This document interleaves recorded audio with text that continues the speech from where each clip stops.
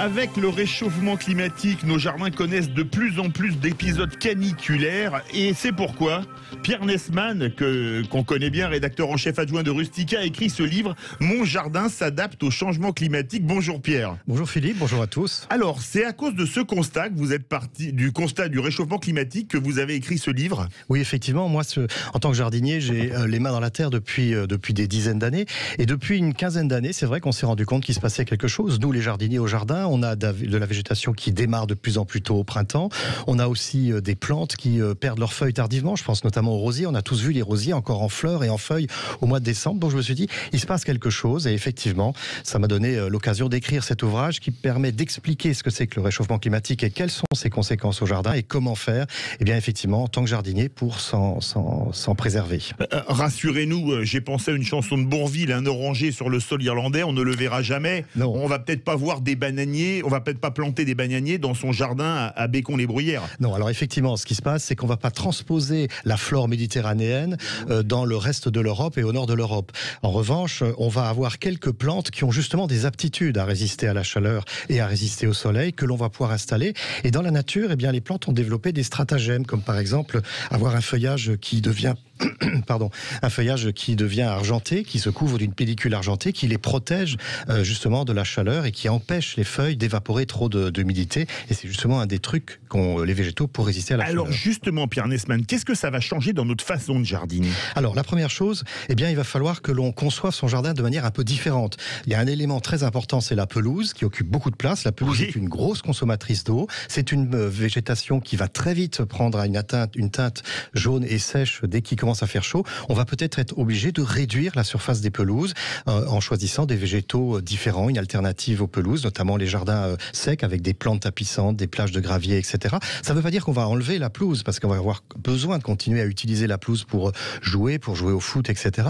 Mais on va peut-être en réduire la surface. Ensuite, il y a le choix des végétaux. On va choisir des végétaux beaucoup plus enduro, beaucoup plus vertueux, des végétaux qui résistent naturellement à la chaleur. Et puis après, il y a des techniques de jardinage. Les techniques de jardinage, ça veut dire on va pailler le sol pour retenir l'humidité du sol. On va aussi peut-être planter en automne pour que les végétaux aient la possibilité de s'acclimater à des épisodes caniculaires qui apparaissent généralement en été, de manière à ce qu'ils aient un automne, un hiver, un printemps avant d'affronter ces périodes de sec. Alors justement, en raison des saisons toujours plus chaudes, est-ce qu'on va planter plus tôt? Mais surtout, il va y avoir un problème qui va se poser, c'est celui de l'eau. Absolument. Parce que s'il fait plus chaud, il pleut moins.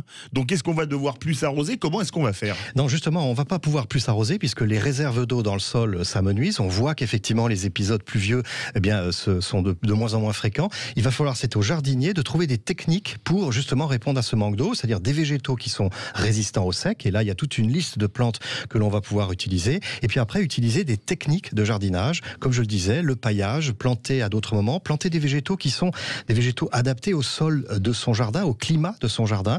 Il y a donc plein de solutions que j'évoque justement dans ce livre pour pouvoir répondre à cette contrainte. Alors je le montre en vidéo, pour ceux qui nous regardent en vidéo, il y a plein de photos absolument magnifiques, on voit beaucoup de cactés et de lavande. On avait fait une émission sur le vin il y a quelques années, où on nous disait qu'avec le réchauffement climatique, on pourrait faire des vins blancs équivalent champagne dans le sud de l'Angleterre. Est-ce que bientôt on va avoir de la lavande en Champagne, voire dans les Hauts-de-France? Alors on en a déjà effectivement au nord de la Loire, qui était un peu la frontière naturelle des jardiniers en France. On disait on va pas planter de plantes méditerranéennes. Aujourd'hui, vous allez trouver certains palmiers, vous allez trouver les lauriers roses, vous allez trouver des oliviers et bien sûr la lavande. Alors ce qu'il faut savoir, c'est que dans ces plantes méditerranéennes comme la lavande, le thym, la sauge, ce sont des plantes qui sont malgré tout résistantes à la sécheresse, mais qui sont aussi résistantes au froid. Et c'est là toute l'astuce, c'est que on parlait tout à l'heure de cette flore méditerranéenne. On va pas pouvoir transposer l'intégralité de cette flore ailleurs en Europe ou en France, mais on va choisir des végétaux qui justement résistent au sec, mais aussi qui résistent à nos hivers, car vous avez vu, cet hiver était quand même froid, donc il faut quand même trouver la bonne équation de végétaux résistants au sec, mais aussi résistants au gel et à la neige. C'est un peu la quadrature du cercle. Il y a de plus en plus d'épisodes caniculaires. Comment est-ce qu'on fait pour protéger notre jardin? Alors la première chose à faire, ça va faire un peu mal aux jardiniers à qui je m'adresse, c'est qu'il faut couper le feuillage, enlever une partie du feuillage. Pourquoi? Parce que les feuilles transpirent. Vous savez, nous, quand il fait chaud, on transpire.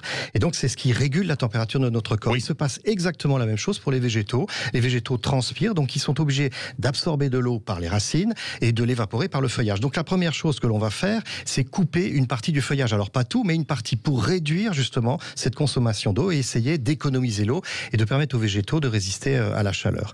Merci beaucoup Pierre Nesman. Je vous montre le livre. Pierre Nesman, photographie de Brigitte et Philippe Perdereau. Mon jardin s'adapte au changement climatique, avec plein de conseils pour adapter son jardin et plein de superbes photos. Alors les photos peuvent vous servir d'inspiration pour refaire votre jardin. Exactement, il y a plein de photos qui inspirent et qui vont donner des idées pour aménager son jardin avec d'autres alternatives.